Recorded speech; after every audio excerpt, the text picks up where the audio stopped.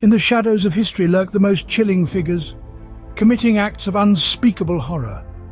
These are not mere stories, but realities of our world, where some individuals, cloaked in the guise of humanity, have orchestrated the most heinous crimes. The birth of evil is often a complex interplay of factors, including a distorted psychology and a life marred by hardships. These elements converge, giving rise to the most notorious criminals of modern history. Step with me now, if you dare, into the darkest corners of the human psyche. Our first stop, the desolate peaks of the Andes, where terror took a human form.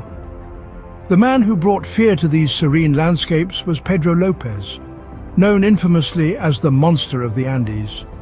His reign of terror spanned the 1970s with a horrifying confession of over 300 murders. Born into a life of hardship in Colombia, Lopez was the seventh of 13 children. His mother, a sex worker, was indifferent to her children's welfare. This harsh upbringing, however, does not excuse the monstrous acts he would later commit.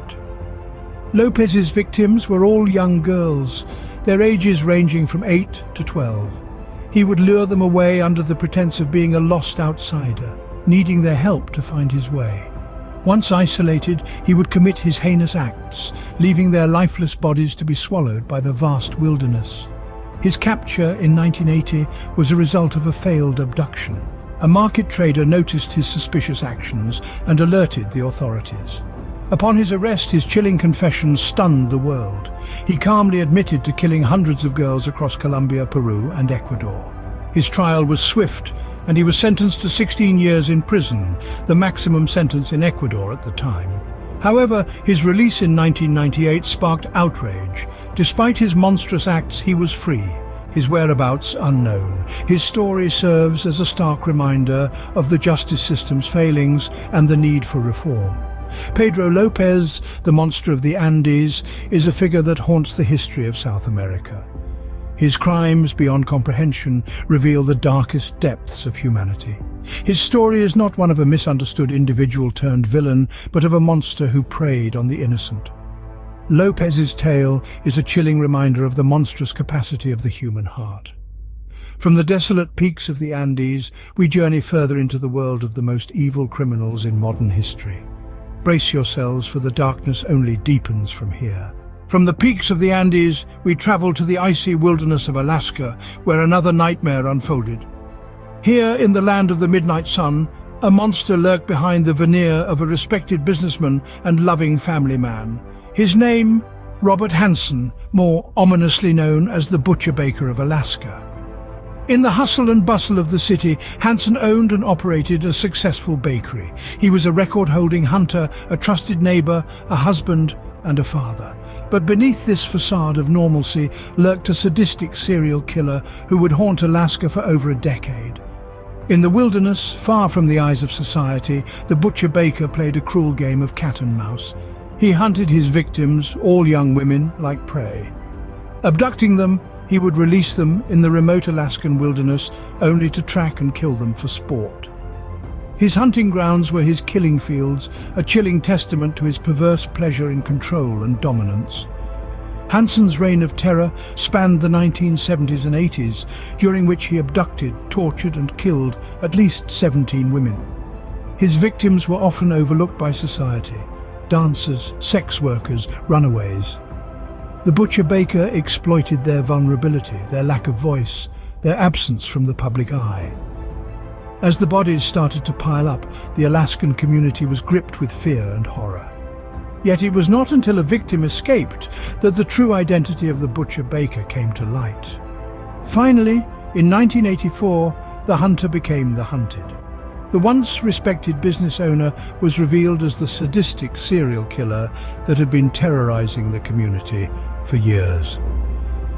In the end, Robert Hansen was sentenced to 461 years in prison, a grim reminder of the lives he had stolen and the terror he had inflicted.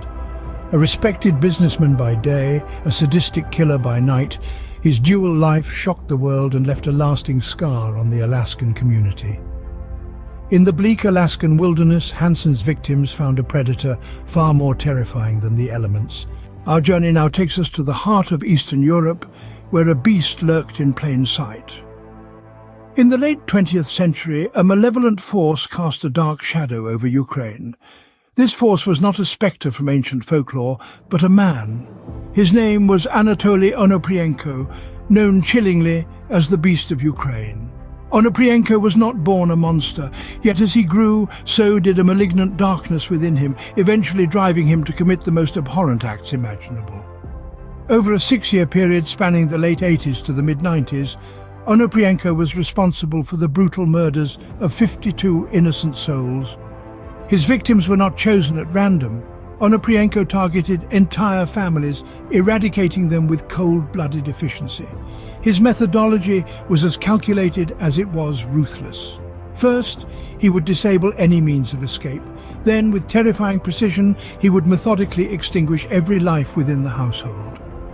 But what drove Onoprienko to commit such heinous acts?